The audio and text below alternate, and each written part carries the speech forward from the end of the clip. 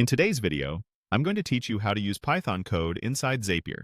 By the end, you'll be comfortable sending requests, working with JSON, and turning your script's results into data you can pass to other apps.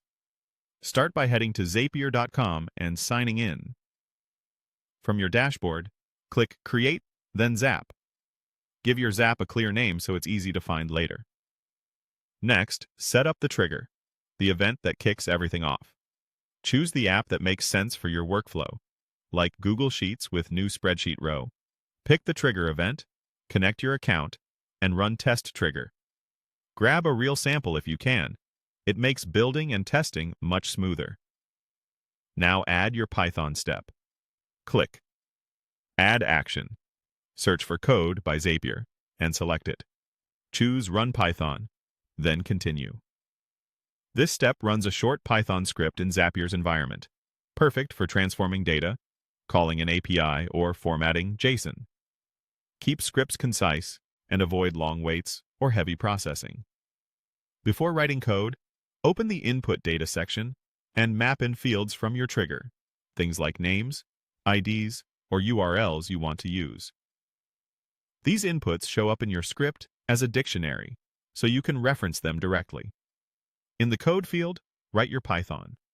For example, you might clean text, calculate totals, or call an external API using a request and then parse response JSON. If you're handling JSON, convert it with JSON.loads or JSON.dumps as needed. When you're done, return a dictionary of simple values, strings, numbers, or arrays. Each key you return becomes an output field you can use later. Click Test. Step to run your script and review the output. If something looks off, adjust and retest. You can add lightweight print statements to help debug during testing. With your Python working, use its results in the next action.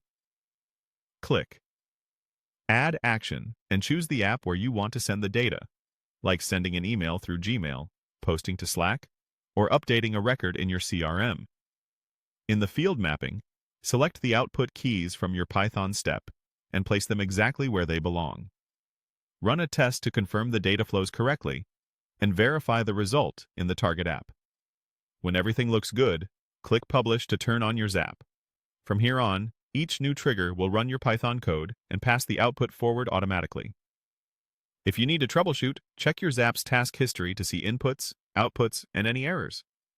That's it. You've just wired Python into your automations with Zapier.